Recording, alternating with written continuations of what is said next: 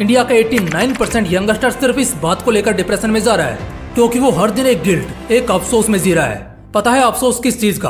अफसोस है आज का काम आज पूरा ना होने का, कल का काम भी कल पूरा ना होने का, 1 महीने की बर्बादी, साल भर की लापरवाही और फिर भविष्य बर्बाद एंड जिंदगी स्वाहा। अगर ऐसा कुछ होगा ना तो एक बंदा सच में डिप्रेशन में जाने के ही लायक है। चलो छोड़ो ये सब, इन पर बातें बहुत हो गई, चर्चा बहुत हो गई, लेकिन अब समय है कि एक कमजोर और हारे हुए इंसान से एक ताकतवर और सबसे बवाल इंसान बनने तक का सफर अपनी आंखों से देखने का। क्या हो अगर मैं तुमसे कहूँ, तुम मुझे अगले 3 महीने दे दो, मैं तुम्हें तुम्हारी सल्तनत दे दूंगा। मुझे तुम अगले 3 महीने दे दो, मैं तुम्हें आज़ादी दिला दूंगा।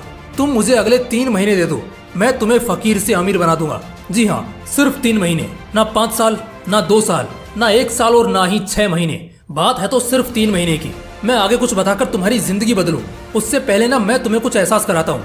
एक एहसास ऐसा कि तुम्हें एक एक दिन की वैल्यू पता चले। अगर आप मुंबई से हो या वहाँ कभी जाओगे तो आपको पता चलेगा कि वहाँ कुछ बड़े बड़े हॉस्पिटल हैं।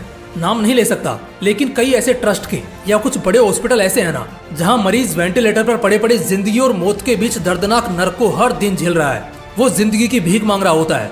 बहुत सारे ऐसे मरीज भी तुम्हें मिलेंगे जिनके पास साल भर का समय बचा होता है। किसी के पास 6 महीना, किसी के पास 3 महीने, तो किसी के पास बस 1 दिन होता है। सोच कर देखना, अगर तुम्हारी हालत उस मरीज की तरह होती तो कैसा होता। कसम से कह रहा हूँ, रूह कांप जाएगी तुम्हारी। हाँ, दिल कांप उठेगा तुम्हारा।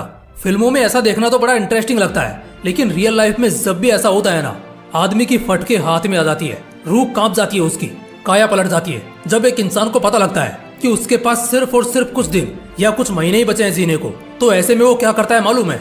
3 चीजें हर एक इंसान ऐसी हालत में करता है। पहला अफसोस, दूसरा उम्मीद और तीसरा दुआ।